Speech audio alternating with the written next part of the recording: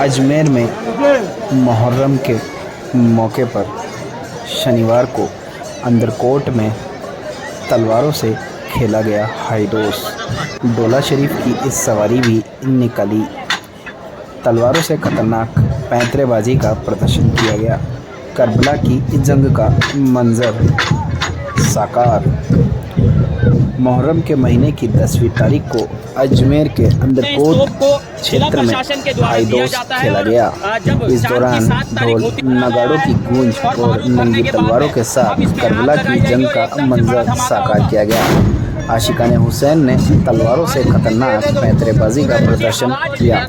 इसी के साथ ही डोला शरीफ की सवारी भी निकाली गई, जिसमें अकीदतमंद शामिल हुए। डोला शरीफ की सवारी अंदरकोट से शुरू होकर शहर के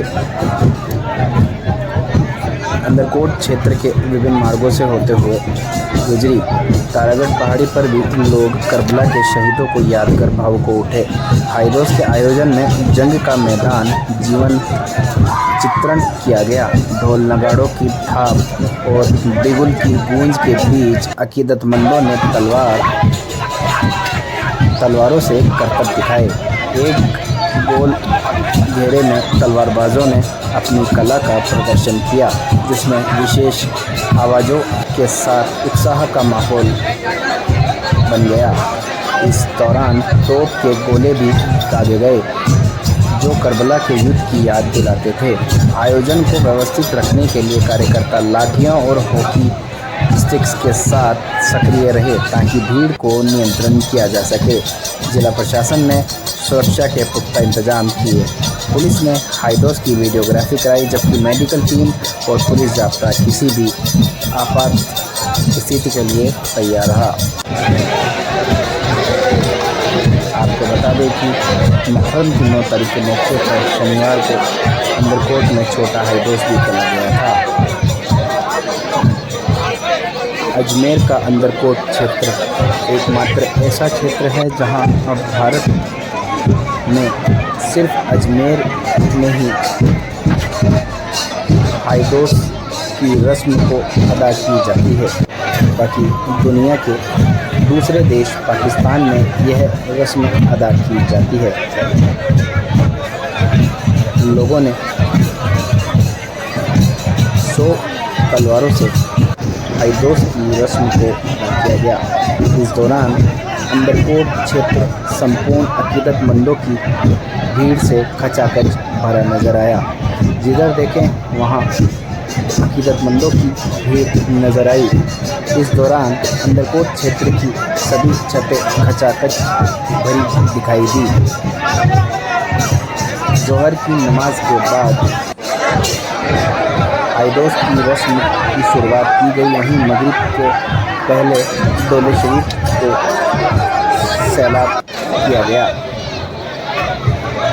हाइडोस के दौरान आपको बता दें कि 65 से ज़्यादा लोग चोटिल हुए, जिसमें कई लोगों के मामूली चोटें आई, वहीं कई लोगों के गंभीर चोट भी आई है।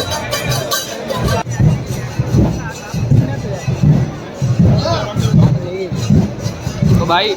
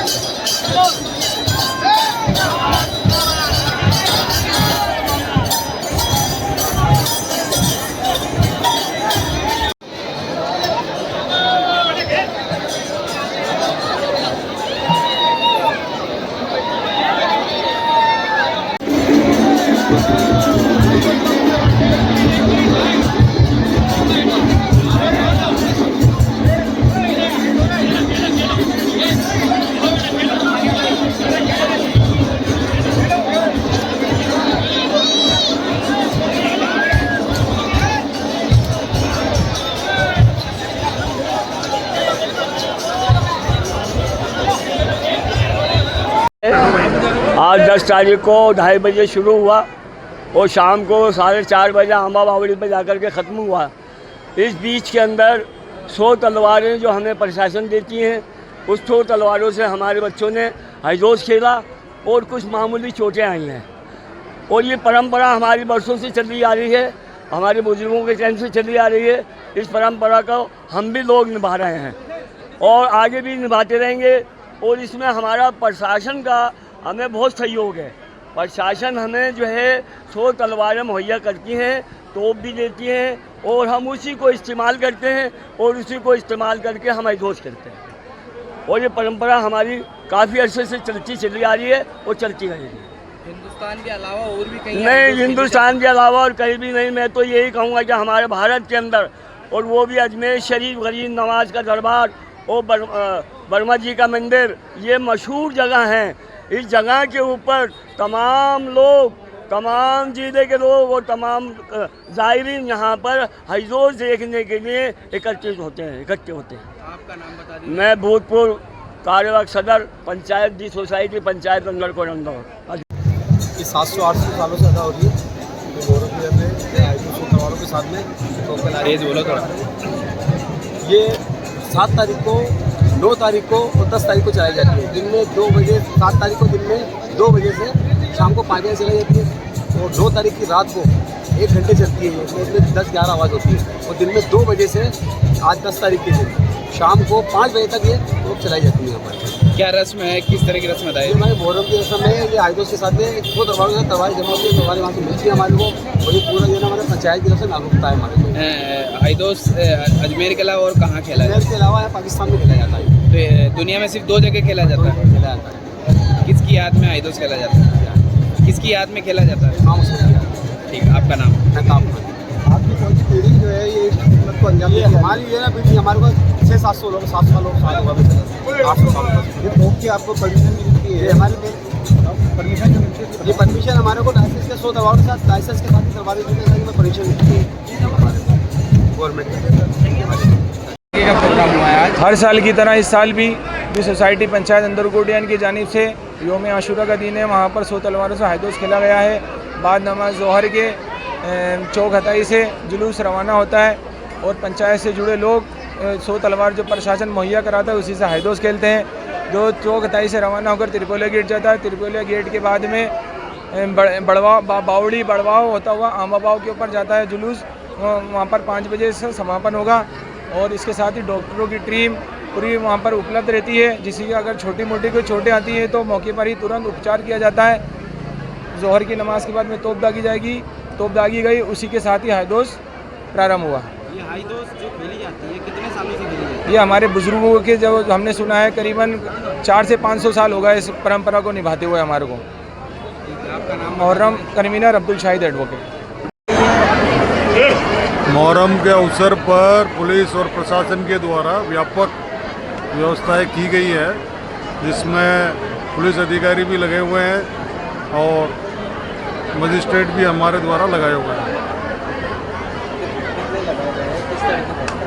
मजिस्ट्रेट दरगाह क्षेत्र में हर गेट वायर लगा रखा है, लोंगिया क्षेत्र में लगा रखा है और अंदरकोट क्षेत्र के लिए अलग से लगाए हुए हैं। मेडिकल टीम यहाँ मौजूद है, कल रात को भी मौजूद थी हाईडोज खेलते हुए और आज भी मौजूद है।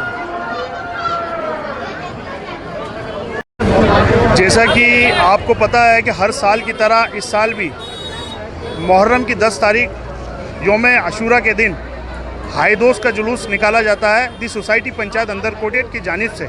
हाईडोज के साथ में दुल्हे शरीफ की सवारी होती है। हताई चौक से स्टार्ट होकर त्रिपोलिया गेट से लेते हुए आमा बावड़ी तक ये जुलूस निकाला जाता है। प्रशासन की तरफ से भरपूर कोऑपरेट करते हैं। 100 तलवारें हमें मुहैया कराई जाती है दी सोसाइटी पंचायत अंदरकोटियान की जानिब से।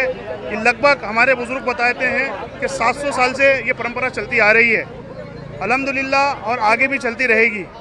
आप सभी से, मीडिया बंधुओं से और सोशल मीडिया से आप जिस तरीके से हम लोगों को कोऑपरेट करते हैं इसके लिए धन्यवाद, बहुत बहुत शुक्रिया।